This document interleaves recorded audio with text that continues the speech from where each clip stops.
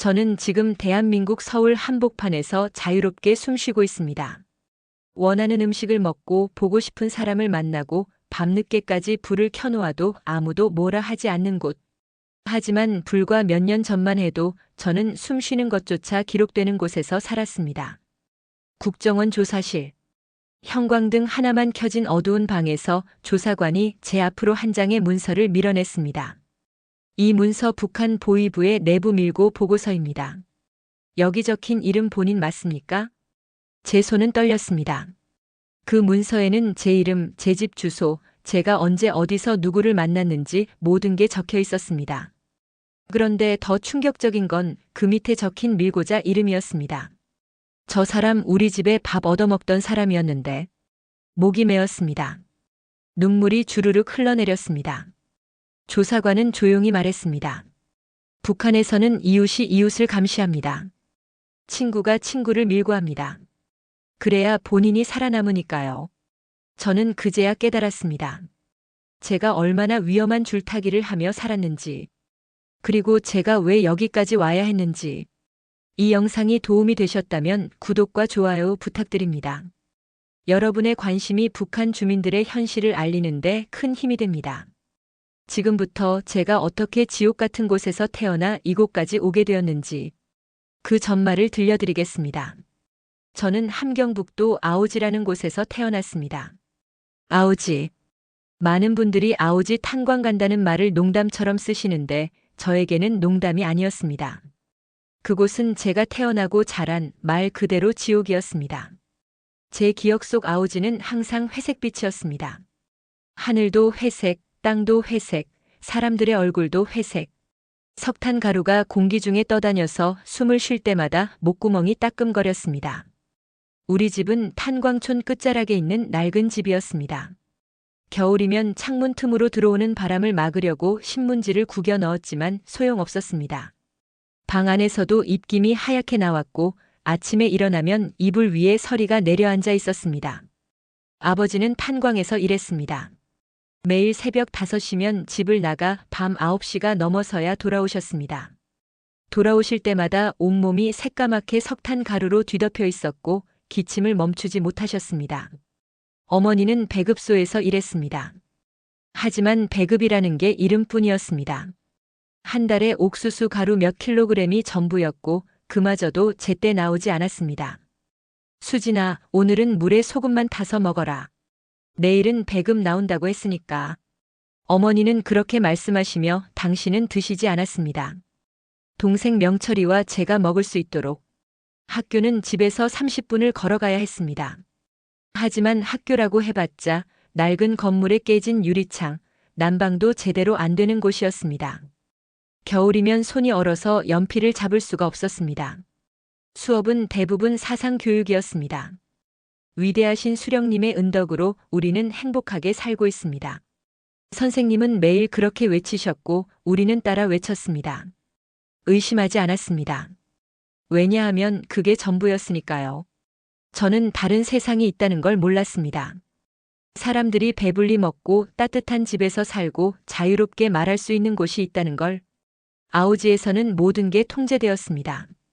밤 10시가 넘으면 불을 꺼야 했고 이동하려면 여행증이 필요했습니다. 그리고 무엇보다 조심해야 했습니다. 말 한마디, 행동 하나하나가 모두 감시당하고 있었으니까요. 우리 동네에는 인민반장이라는 사람이 있었습니다. 김아줌마였는데 겉으로는 친절했지만 누구보다 무서운 사람이었습니다. 그 사람은 매일 집집마다 돌아다니며 사람들을 감시했습니다. 너희 집 어젯밤 늦게까지 불 켜져 있더라. 뭐 했냐? 요즘 누구 만나고 다니냐? 시장에서 뭐 샀냐? 사람들은 김아줌마를 두려워했습니다.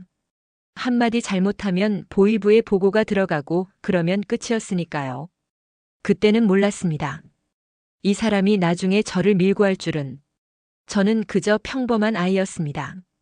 굶주리고 춥고 가난했지만 그게 전부인 줄 알았습니다. 하지만 곧 제 인생은 더 깊은 지옥으로 떨어지기 시작했습니다. 그날은 2010년 3월 제가 18살 때였습니다. 새벽 5시. 평소처럼 아버지가 탄광으로 출근하셨습니다. 다녀오마. 그게 아버지가 제게 하신 마지막 말이었습니다. 오후 3시쯤 탄광에서 사람이 왔습니다. 사고 났습니다. 동무 남편 말입니다. 어머니는 그 자리에서 주저앉으셨습니다. 병원이라고 하기엔 초라한 진료소에 도착했을 때 아버지는 이미 돌아가신 후였습니다. 시신에는 흙과 석탄 가루가 잔뜩 묻어 있었고 얼굴은 알아볼 수 없을 정도였습니다. 갱도 붕괴 사고입니다. 불운한 일이었습니다. 탄광 간부는 그렇게 말했지만 뭔가 이상했습니다. 아버지와 함께 일하던 동료들은 아무도 다치지 않았습니다. 오직 아버지만. 장례식을 치르던 날 보위부 사람들이 집에 들이닥쳤습니다. 까만 인민복을 입은 2명의 남자. 그들은 영장도 없이 집안을 뒤지기 시작했습니다. 당신네 남편 최근에 이상한 말 하지 않았소? 시장에서 누구를 만났소? 집에 금지된 물건 없소? 어머니는 떨리는 목소리로 대답했습니다. 아무것도 없습니다. 보위부 사람들은 책장을 뒤지고 이불을 들추고 심지어 부엌 항아리까지 열어봤습니다. 찾는 게 뭔지도 모르면서 그저 뒤지고 또 뒤졌습니다. 1시간쯤 지났을까? 그들은 아무것도 찾지 못하고 나가면서 말했습니다. 너희 가문은 이제 요주의 대상이다. 조심해라. 그날 이후 모든 게 달라졌습니다. 마을 사람들이 우리를 피하기 시작했습니다. 길에서 마주치면 고개를 돌렸고 말을 걸어도 대답을 회피했습니다. 학교에서도 마찬가지였습니다. 친하게 지내던 친구들이 하나둘 저를 멀리했습니다. 수진아, 미안해. 우리 부모님이 너랑 놀지 말래. 15살 때부터 친하게 지내던 은이었습니다. 그 아이는 울먹이며 그렇게 말하고는 돌아섰습니다. 인민반장 김아줌마는 더욱 자주 우리 집에 들렀습니다. 요즘 어떻게 지내냐? 힘들지? 겉으로는 걱정하는 척했지만 그 눈빛은 차갑게 우리를 관찰하고 있었습니다. 무슨 실수라도 하기를, 뭔가 잡을 거리가 생기기를 기다리는 듯한 눈빛. 동생 명철이는 그때 13살이었습니다. 학교에서 아이들이 명철이를 괴롭히기 시작했다고 했습니다. 야, 너희 아버지 반동분자지. 사고사가 아니라 처형당한 거 아니야? 명철이는 아무 말도 하지 못하고 맞기만 했습니다. 잘못 대꾸했다가는 더 큰 화를 불러올 수 있으니까요. 어머니는 날로 수척해지셨습니다. 배급은 끊겼고 일자리도 잃으셨습니다. 요주의 가정에는 국가가 배급할 수 없다. 그게 이유의 전부였습니다. 저는 시장에 나가 물건을 팔아야 했습니다. 산에서 나무를 캐고 강에서 조개를 잡아서 팔았습니다. 하지만 번 돈은 얼마 되지 않았고 우리 가족은 하루하루 버티는 것조차 힘들어졌습니다. 밤이면 어머니가 우시는 소리가 들렸습니다. 작게 이불을 뒤집어 쓰고 우시는 소리. 당신 왜 나를 두고 갔소? 우리를 어쩌라고. 저는 그때 처음으로 의문을 품었습니다. 아버지가 정말 사고로 돌아가신 걸까? 우리가 대체 무슨 잘못을 했길래 이런 취급을 받는 걸까? 하지만 그런 생각조차 위험했습니다. 북한에서 의심한다는 건 곧 죽음을 의미했으니까요. 그리고 이 모든 게 단지 시작에 불과했습니다. 아버지가 돌아가신 지 6개월이 지난 어느 날이었습니다. 동생 명철이가 학교에서 돌아오지 않았습니다. 평소 명철이는 오후 4시면 집에 왔는데 그날은 5시가 되어도 6시가 되어도 보이지 않았습니다. 어머니는 불안한 표정으로 문 앞을 서성이셨습니다. 명철이가 어디 갔을까? 사고라도 난 건 아닐까? 해가 지고 어둠이 내렸습니다. 저는 더 이상 기다릴 수 없어서 학교로 달려갔습니다. 학교는 텅 비어 있었습니다. 운동장에는 아무도 없었고 교실 문은 모두 잠겨 있었습니다. 숙직 선생님을 찾아가 물었습니다. 선생님, 김명철이라고 제 동생인데요. 오늘 학교에 왔었나요? 선생님은 고개를 저었습니다. 오늘 결석했는데? 아침부터 안 왔어. 결석? 명철이는 분명 아침에 학교에 간다고 집을 나섰습니다. 가방도 메고 교복도 입고. 저는 마을 곳곳을 찾아다녔습니다. 명철이가 자주 가던 강가, 친구 집, 시장 근처까지. 하지만 아무도 명철이를 보지 못했다고 했습니다. 밤 10시가 넘어 집으로 돌아왔을 때 어머니는 마당에 주저앉아 울고 계셨습니다. 명철아, 명철아 어디 있냐? 다음 날 저는 보안서에 찾아갔습니다. 북한에서는 경찰을 보안원이라고 부릅니다. 제 동생이 실종됐습니다. 찾아주십시오. 보안원은 귀찮다는 듯이 종이 한 장을 제게 던졌습니다. 여기 신고서 작성해. 하지만 기대는 하지 마. 요즘 애들 도망 다니는 거 하나 둘이 아니야. 도망? 명철이가 왜 도망을 갑니까? 하지만 보안원은 더 이상 상대해주지 않았습니다. 저는 마을 사람들에게 도움을 요청했습니다. 이웃집 아저씨, 어머니 친구분들, 명철이 친구 부모님들. 하지만 돌아오는 건 냉담한 반응뿐이었습니다. 글쎄 우리도 바쁘니까. 요주의 가정은 건드리면 안 된다고 했어. 미안하지만 우리까지 연루되면 안 되잖아. 심지어 한 아주머니는 이렇게 말했습니다. 애가 어디 잘못 걸려서 끌려간 거 아니겠어? 괜히 나댔다가 잡혀간 거지 뭐. 그 말을 듣는 순간 저는 무너졌습니다. 명철이는 그저 13살짜리 아이였습니다. 잘못한 것도 나쁜 짓을 한 것도 없었습니다. 그런데 사람들은 명철이가 잘못해서 끌려갔다고 그러니 당연하다고 말하는 겁니다. 인민반장 김 아줌마도 찾아왔습니다. 참 안 됐구만. 그래도 아이들은 금방 돌아오더라고. 너무 걱정 마. 하지만 그 눈빛은 전혀 걱정스럽지 않았습니다. 오히려 무언가를 기록하려는 듯 우리 집 상황을 살피는 눈빛이었습니다. 일주일이 지났습니다. 보안서에서는 아무런 연락이 없었습니다. 어머니는 밥을 드시지 않았습니다. 매일 밤 명철이 이름을 부르며 우셨습니다. 명철아, 엄마가 잘못했다, 돌아와라. 저는 미칠 것 같았습니다. 동생은 어디로 갔을까? 살아있기는 한 걸까? 누군가 해를 입힌 건 아닐까? 북한에서는 사람이 사라지는 게 드문 일이 아니었습니다.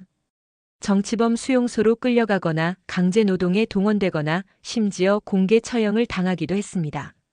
하지만 명철이는 아직 아이였습니다. 아이가 무슨 죄가 있습니까? 한 달이 지나도 명철이는 돌아오지 않았습니다. 보안서에서는 결국 이렇게 통보했습니다. 찾을 수 없음. 수색 종료. 그게 전부였습니다. 더 이상 찾아주지 않겠다는 뜻이었습니다.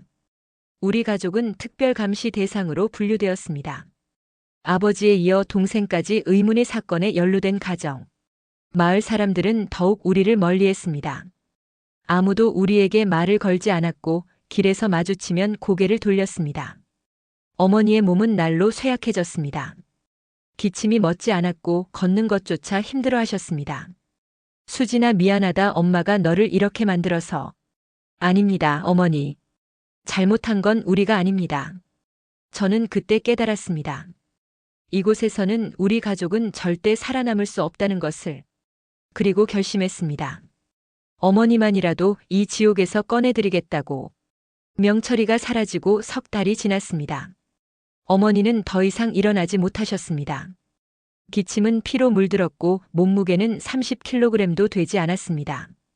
저는 시장에서 약초를 구해왔지만 소용없었습니다. 병원에 가려 해도 돈이 없었습니다.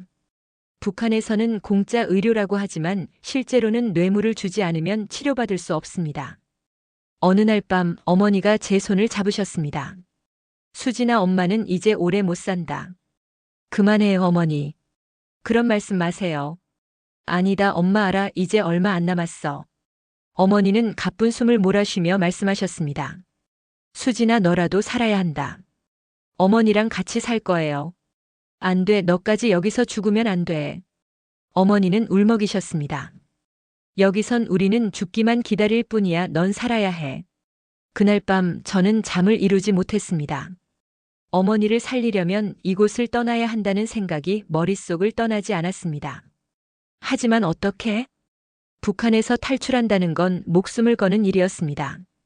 국경을 넘다 걸리면 총에 맞아 죽거나 정치범 수용소로 끌려갑니다. 하지만 선택지가 없었습니다. 여기 남아있으면 어머니도 저도 죽을 것이 분명했습니다. 며칠 후 시장에서 한 여자를 만났습니다. 송 언니라고 불리는 30살쯤 된 여자였습니다. 송 언니는 중국에서 물건을 몰래 들여와 파는 사람이었습니다. 북한에서는 그런 사람들을 외화벌이꾼이라고 불렀습니다. 저는 조심스럽게 송 언니에게 다가갔습니다. 언니, 저 물어볼 게 있는데요. 뭔데? 혹시 중국 가는 방법 아세요? 송 언니는 제 눈을 똑바로 쳐다봤습니다. 그리고 주변을 살핀 뒤 낮은 목소리로 말했습니다. 넌 왜 가려고? 어머니를 살려야 해요. 여기선 약도 치료도 받을 수 없어요.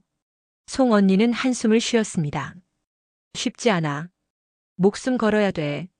알아요. 그래도 어머니 살리고 싶어요. 송 언니는 잠시 생각하더니 작은 종이 쪽지를 제 손에 쥐어줬습니다. 여기 적힌 사람 찾아가 봐. 나도 그 사람 통해서 중국 다녀왔어. 대신 돈이 필요해. 최소 500위안은 있어야 돼. 500위안. 북한 돈으로 치면 수십만 원이었습니다. 우리 같은 사람에게는 평생 모아도 힘든 돈이었습니다. 저는 집에 있던 물건들을 팔기 시작했습니다. 아버지가 쓰시던 시계, 어머니의 옷까지, 집에 있던 그릇들. 모두 팔아서 돈을 모았습니다. 한 달이 걸려 겨우 300위안을 모았습니다. 부족했지만 더 이상 시간이 없었습니다. 어머니는 하루가 다르게 약해지고 계셨습니다. 저는 송 언니가 알려준 사람을 찾아갔습니다.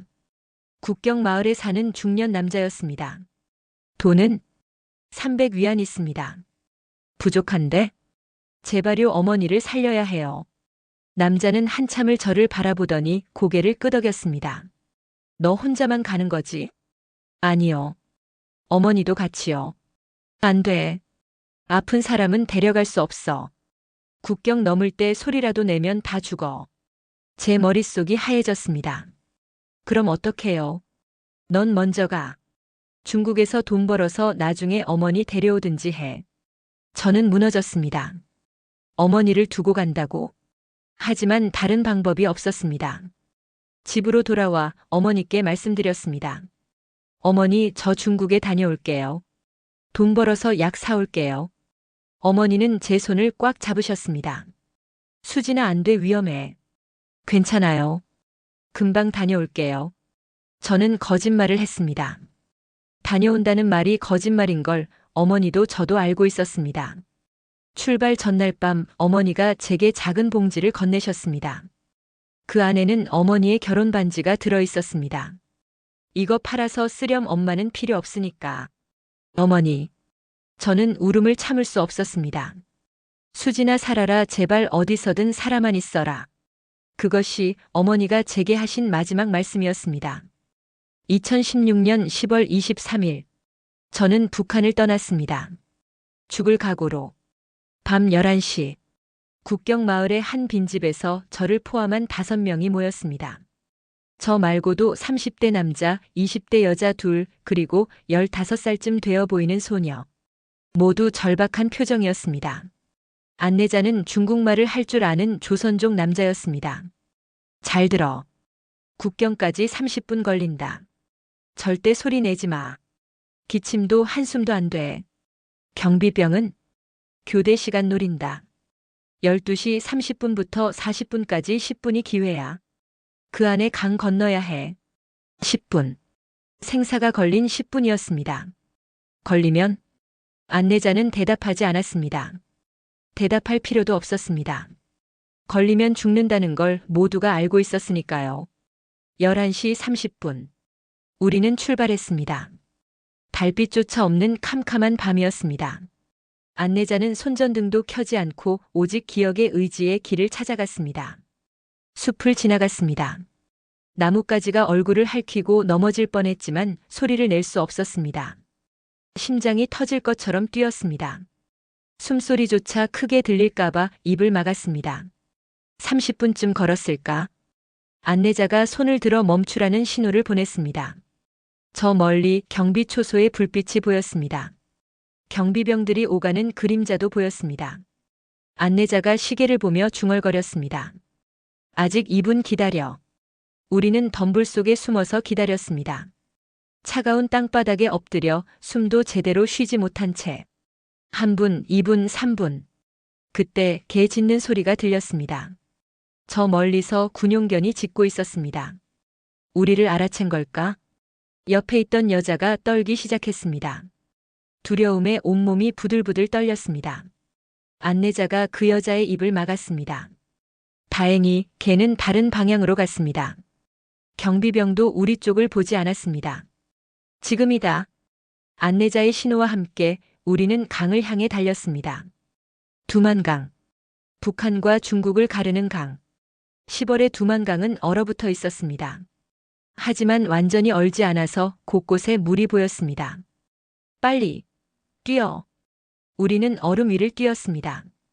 발밑에서 얼음이 갈라지는 소리가 났지만 멈출 수 없었습니다. 그때였습니다. 거기서 경비병의 고함 소리, 그리고 총성, 탕.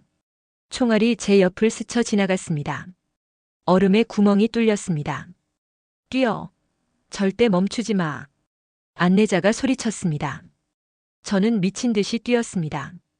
뒤도 돌아보지 않고 오직 앞만 보고. 또 다른 총성. 뒤에서 비명소리가 들렸습니다. 누군가 맞은 것 같았습니다. 하지만 돌아볼 수 없었습니다. 얼음이 깨졌습니다. 제 다리가 물속으로 빠졌습니다. 차가웠습니다. 뼛속까지 파고드는 추위. 하지만 저는 기어올랐습니다. 손톱이 다 빠지는 것 같았지만 기어올라 다시 뛰었습니다. 50m, 30m, 10m. 드디어 강을 건넜습니다. 중국 땅이었습니다. 안내자가 제 손을 잡아 끌었습니다. 빨리. 아직 안 끝났어. 우리는 중국 쪽 숲속으로 뛰어들었습니다. 뒤에서 총성이 계속 들렸습니다. 하지만 점점 멀어졌습니다. 한참을 뛰고 나서야 안내자가 멈췄습니다. 여기서 잠깐 쉬어. 저는 그 자리에 주저앉았습니다. 온몸이 떨렸습니다. 젖은 옷 때문에 추위가 뼛속까지 파고들었습니다. 5명이 출발했는데 도착한 건 4명이었습니다. 30대 남자가 보이지 않았습니다. 저 사람은? 안내자는 고개를 저었습니다. 총에 맞았다는 뜻이었습니다. 15살 소녀가 울먹였습니다. 저 아저씨 저 구해줬어요. 제가 넘어졌는데 일으켜 세워줬어요. 저는 아무 말도 할 수 없었습니다. 이름도 모르는 사람이 저 소녀를 살리고 죽었습니다. 안내자가 말했습니다. 슬퍼할 시간 없어. 중국 공안이 올 수도 있어. 빨리 이동한다. 저는 일어났습니다. 떨리는 다리를 억지로 움직여 다시 걸었습니다. 그렇게 저는 북한을 벗어났습니다. 하지만 자유는 아직 멀었습니다. 오히려 또 다른 지옥이 기다리고 있었습니다. 중국에서 6개월, 태국에서 3개월.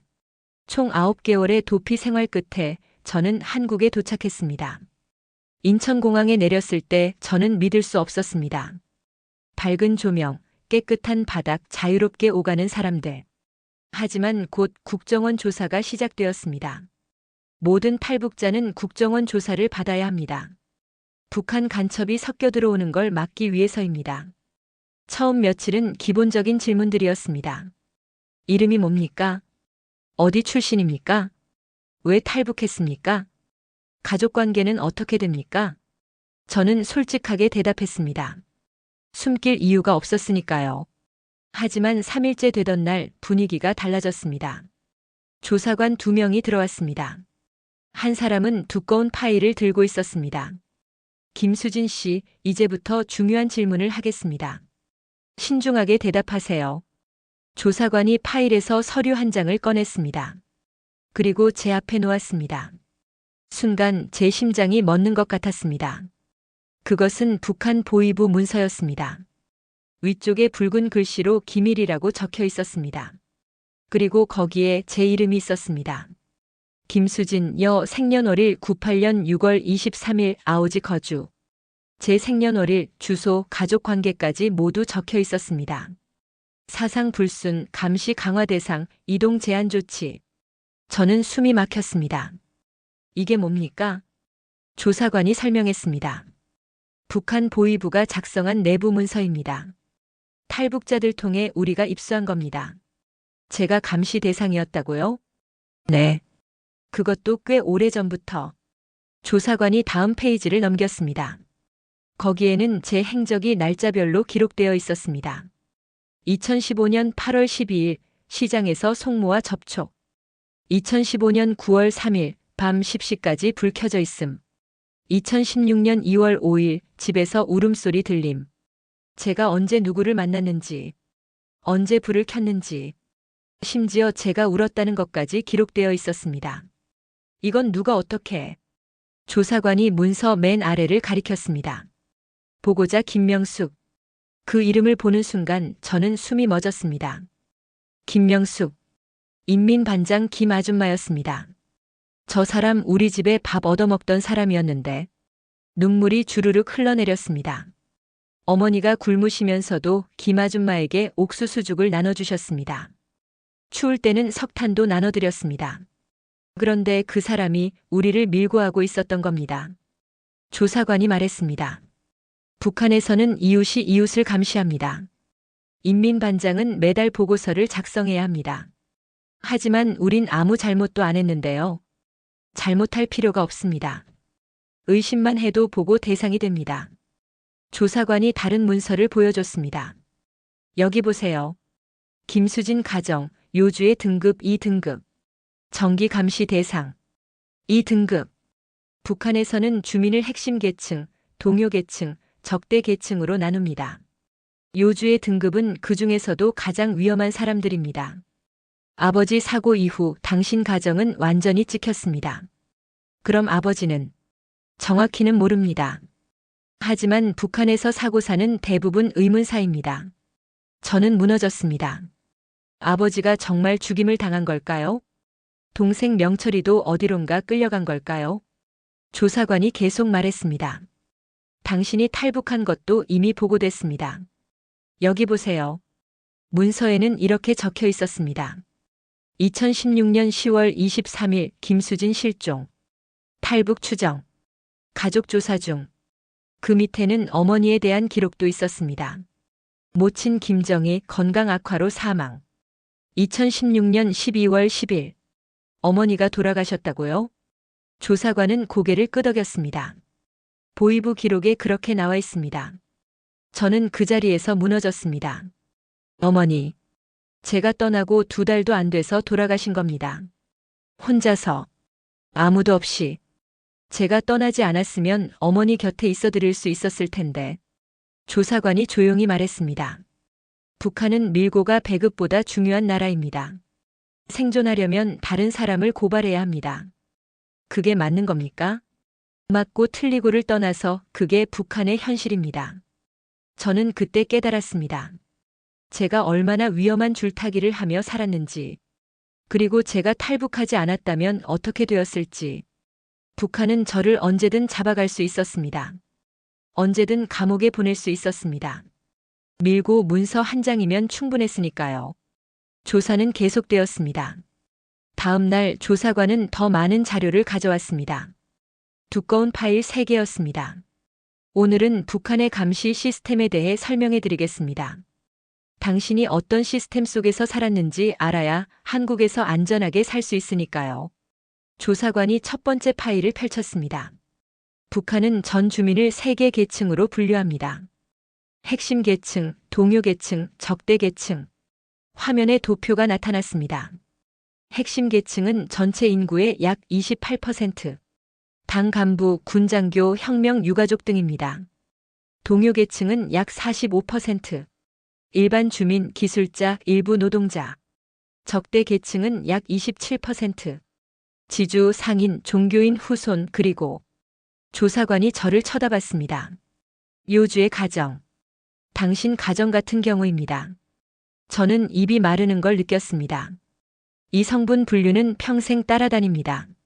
대학 진학, 직업 배치, 결혼, 심지어 거주지까지 모두 성분에 따라 결정됩니다. 그럼 저는 적대 계층이었습니다. 아버지 사건 이후로요. 조사관이 2번째 파일을 펼쳤습니다. 이건 당신 집에 대한 감시 기록 요약본입니다. 그 문서에는 놀라운 내용들이 적혀 있었습니다. 2015년 3월부터 2016년 10월까지 총 582건의 보고. 582건. 1년 반 동안 거의 매일 보고가 올라간 겁니다. 보고 내용을 보시죠. 조사관이 읽기 시작했습니다.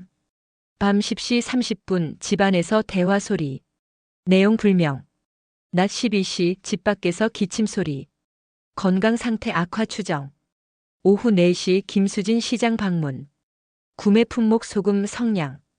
제 일상이 낱낱이 기록되어 있었습니다. 이게 어떻게 가능한 겁니까? 조사관이 설명했습니다. 북한의 감시 시스템은 다층 구조입니다. 가장 밑에 인민반장, 그 위에 동인민위원회, 그 위에 보위부. 화면에 조직도가 나타났습니다. 인민반장은 보통 10에서 20가구를 담당합니다. 매일 가구별 상황을 점검하고 일주일에 한 번 보고서를 작성합니다. 매일요? 네. 누가 어디 갔는지, 누구를 만났는지, 무슨 말을 했는지 모두 기록합니다. 조사관이 다른 문서를 보여줬습니다. 이건 김명숙 인민반장이 작성한 보고서 중 하나입니다. 거기에는 우리 집뿐 아니라 이웃집들의 기록도 있었습니다. 박모 가정, 밤늦게 라디오 소리, 외국 방송 청취 의심, 이모 가정, 배급 불평 발언, 체제 불만 가능성, 최모 가정, 친척 방문, 신원 확인 필요, 모든 가정이 감시받고 있었습니다. 그럼 인민반장은? 인민반장도 감시받습니다. 보고를 제대로 안 하면 자기가 처벌받습니다. 조사관이 세 번째 파일을 펼쳤습니다. 이건 북한의 감시 코드입니다. 거기에는 암호 같은 숫자들이 적혀 있었습니다. A등급 즉시 체포 대상, B등급 정기 감시 필요, C등급주의 관찰, D등급 일반 주민. 당신은 B등급이었습니다. 제 코드는 B-203이었습니다. B는 정기 감시, E는 지역 코드, 03은 일련 번호입니다. 저는 숫자로 관리되고 있었던 겁니다. 조사관이 말했습니다. 북한에는 5만 명이 넘는 보위부 요원이 있습니다. 그들의 임무는 주민 감시입니다. 5만 명이요? 네. 인구 2,500만 명 중 5만 명이 감시 요원입니다. 500명당 1명꼴입니다. 조사관이 다른 자료를 보여줬습니다. 보위부는 전화도 도청합니다. 물론 북한에 전화가 있는 집이 많지 않지만 있는 집은 모두 도청됩니다. 우편물도 검열합니다. 편지를 보내면 보위부가 먼저 읽습니다. 심지어 꿈 내용까지 보고하게 합니다. 꿈이요? 네. 김일성이나 김정일 관련 꿈을 꾸면 반드시 보고해야 합니다. 안 하면 반역죄입니다. 저는 믿을 수 없었습니다. 꿈까지 통제한다니. 조사관이 마지막으로 말했습니다. 당신이 숨 쉬는 것도 기록되는 곳에서 살았다고 했죠? 과장이 아니었습니다. 실제로 그랬습니다. 저는 그제야 깨달았습니다. 제가 북한에서 어떻게 살았는지, 제가 얼마나 감시받았는지, 제가 얼마나 위험했는지, 저는 숨 쉬는 것도 기록된 줄 몰랐습니다. 조사관은 고개를 끄덕였습니다. 대부분의 북한 주민들이 그렇습니다. 자신이 감시받는지도 모르고 삽니다. 왜냐하면 그게 일상이니까요. 저는 멍하니 문서들을 바라봤습니다. 제 인생이 이 종이 뭉치 속에 있었습니다. 제 자유가 이 코드 속에 갇혀 있었습니다. 그리고 저는 이제 그 감옥에서 벗어났습니다. 하지만 아직 안전하지 않았습니다. 조사관의 다음 말이 그것을 증명했습니다. 김수진 씨, 한 가지 더 알려드릴 게 있습니다. 당신에 대한 북한의 보복 가능성입니다. 조사관의 표정이 심각해졌습니다. 김수진 씨, 지금부터 말씀드릴 내용은 매우 중요합니다. 잘 들어주세요. 조사관이 새로운 파일을 꺼냈습니다. 빨간색 긴급 도장이 찍혀 있었습니다. 2017년 3월 15일 중국 공안이 탈북 브로커 일당을 체포했습니다. 제 심장이 빠르게 뛰기 시작했습니다. 그 브로커가 당신을 도운 사람입니까? 저는 잘 모르겠습니다. 이름이 리철수입니다. 조선족 남자 53세. 저는 숨이 멎었습니다. 그 사람이었습니다. 저를 국경까지 안내해준 사람. 그가 체포되면서 북한의 정보가 넘어갔습니다. 조사관이 문서를 보여줬습니다. 여기 명단이 있습니다. 리철수가 도운 탈북자 명단. 총 37명. 그 명단에 제 이름이 있었습니다. 김수진, 여, 2016년 10월 탈북. 이게 북한에 넘어갔다고요? 네. 중국 공안이 북한 보위부에 통보했습니다. 저는 손이 떨렸습니다. 그럼 당신은 이제 북한에서 배신자로 분류됩니다. 조사관이 다른 문서를 펼쳤습니다. 북한은 탈북자를 세 등급으로 분류합니다. 화면에 표가 나타났습니다. 1등급 정치범 간첩 혐의자 마이너스 최우선 제거 대상. 2등급 반역자 체제 비판자 마이너스 우선 제거 대상. 3등급 일반 탈북자 마이너스 감시 대상. 당신은 2등급입니다. 왜요?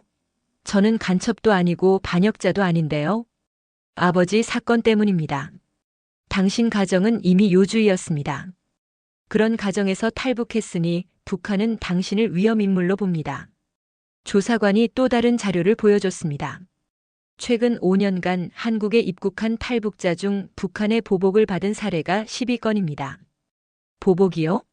네. 납치 시도, 협박, 가족에 대한 보복 등입니다. 조사관이 설명을 이어갔습니다. 북한은 탈북자를 다시 데려가려 합니다. 특히 이 등급 이상은 우선 대상입니다. 어떻게요? 중국에 있는 공작원을 통해서입니다. 또는 한국 내 협조자를 통해서. 저는 등골이 오싹해졌습니다. 한국에도 있습니까? 있습니다. 많지는 않지만 있습니다. 조사관이 구체적인 사례를 보여줬습니다. 2015년 탈북자 A씨. 서울에서 납치 시도. 다행히 실패. 2017년 탈북자 B씨.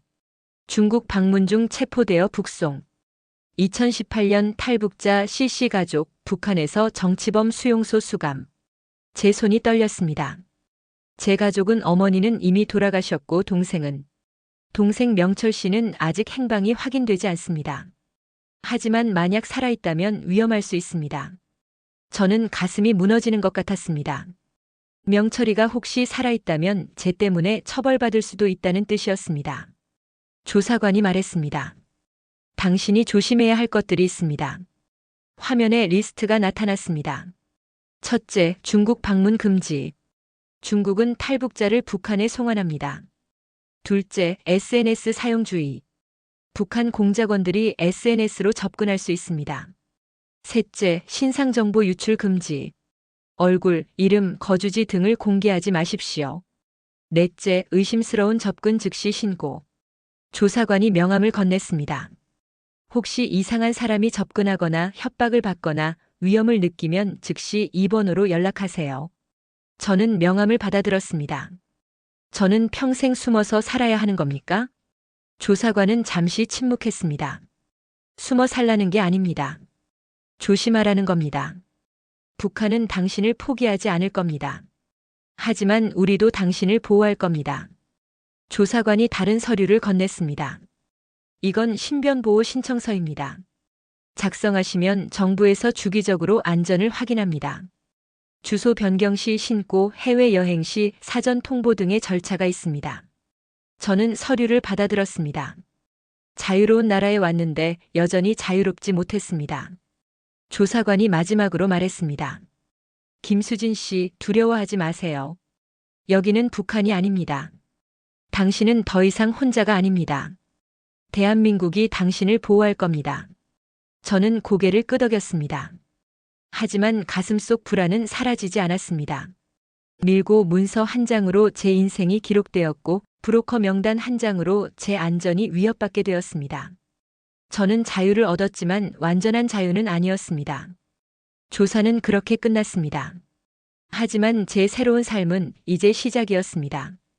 조사관이 문을 열며 말했습니다. 내일부터 하나원에 가시게 됩니다. 거기서 한국 사회 적응 교육을 받으실 겁니다. 그리고 진짜 자유를 느끼실 겁니다.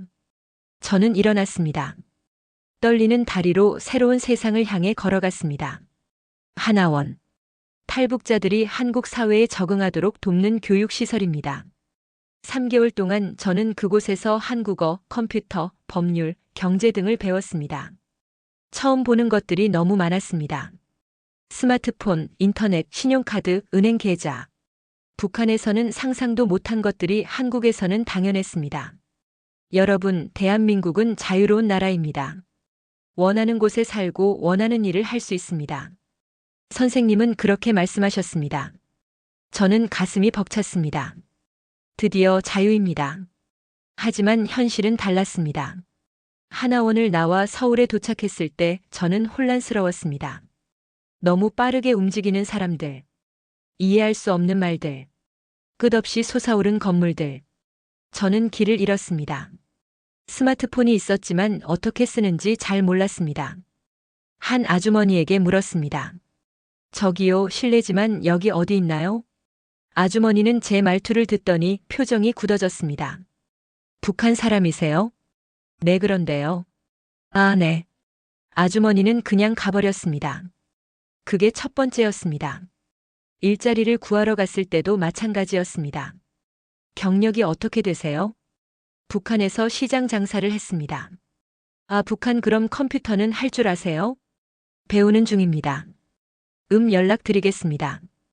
연락은 오지 않았습니다. 10군데를 지원했는데 모두 떨어졌습니다. 어느 날 편의점 아르바이트 면접을 봤습니다. 사장님은 저를 보자마자 물었습니다. 북한에서 오셨어요? 네. 어떻게 하셨어요? 말투로 알겠네요. 미안한데 손님들이 불편해할 수도 있어서. 또 떨어졌습니다. 저는 그때 깨달았습니다. 자유로운 나라라고 해서 모든 게 자유로운 건 아니라는 것을. 결국 식당 설거지 일을 구했습니다. 하루 8시간, 월 150만 원. 힘들면 쉬어. 무리하지 마. 사장님은 그렇게 말씀하셨지만 저는 쉬지 않았습니다. 새벽부터 밤까지 일했습니다. 북한에서 배운 게 하나 있었습니다. 살아남으려면 쉬지 말고 일해야 한다는 것. 사장님은 나중에 말씀하셨습니다. 수진 씨, 너무 열심히 하는 거 아니에요? 몸 상할라. 하지만 저는 멈출 수 없었습니다. 돈을 모아야 했습니다. 제대로 된 삶을 살기 위해서. 한 달쯤 지났을 때 사기를 당했습니다. 길에서 한 남자가 다가왔습니다. 탈북자 지원 단체입니다. 정착 지원금 신청하셨어요? 아니요, 어떻게 하는 건가요? 서류 작성하고 수수료 50만 원만 내면 100만 원 지원받으실 수 있어요. 저는 믿었습니다. 50만 원을 주었습니다. 그 남자는 사라졌습니다. 경찰서에 신고했지만 찾을 수 없다고 했습니다. 저는 바보였습니다. 한국은 자유로운 나라지만 나쁜 사람도 있다는 걸 몰랐습니다. 하지만 포기하지 않았습니다. 다시 일하고 다시 모으고 다시 배웠습니다. 컴퓨터 학원에 다녔습니다. 밤에 일 끝나고 도서관에서 한글 맞춤법을 공부했습니다. 말투를 고치려고 드라마를 보며 따라했습니다. 1년이 지났을 때 저는 작은 옷가게에 취직했습니다. 월 200만 원. 사장님은 친절했습니다. 수진 씨, 말투가 많이 자연스러워졌네요. 열심히 연습했어요. 잘하고 있어요. 손님들도 수진 씨 좋아해요. 처음으로 인정받는 기분이었습니다. 2년이 지났을 때 저는 작은 원룸을 얻었습니다. 제 이름으로 된 집, 제 공간. 문을 열고 들어갈 때마다 믿기지 않았습니다.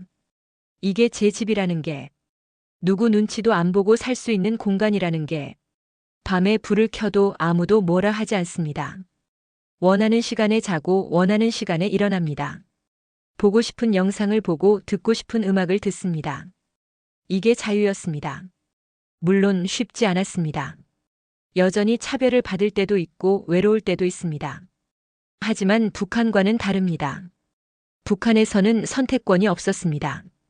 어디서 살지, 무슨 일을 할지, 무엇을 먹을지 모두 정해져 있었습니다.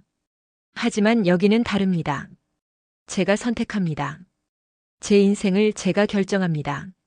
지난 3년 동안 저는 많은 걸 배웠습니다. 자유는 공짜가 아니라는 것. 자유를 지키려면 스스로 노력해야 한다는 것. 자유는 단지 북한을 벗어나는 게 아니라 스스로 삶을 만들어가는 것이라는 것. 가끔 밤에 꿈을 꿉니다. 어머니 꿈, 동생 명철이 꿈, 아버지 꿈. 꿈에서 그들에게 말합니다. 저 잘 살고 있어요. 자유롭게 살고 있어요. 그리고 눈을 뜹니다. 햇빛이 창문으로 들어옵니다. 저는 일어나 하루를 시작합니다. 밀고 문서 한 장이 우리 가족을 죽일 수도 있었습니다. 브로커 명단 한 장이 제 안전을 위협했습니다. 하지만 그 문서들이 오히려 제가 살아야 할 이유를 알려줬습니다. 저는 이제 누구 눈치도 보지 않습니다. 제 인생을 제가 선택합니다. 그것이 진짜 자유입니다. 시청해주셔서 감사합니다.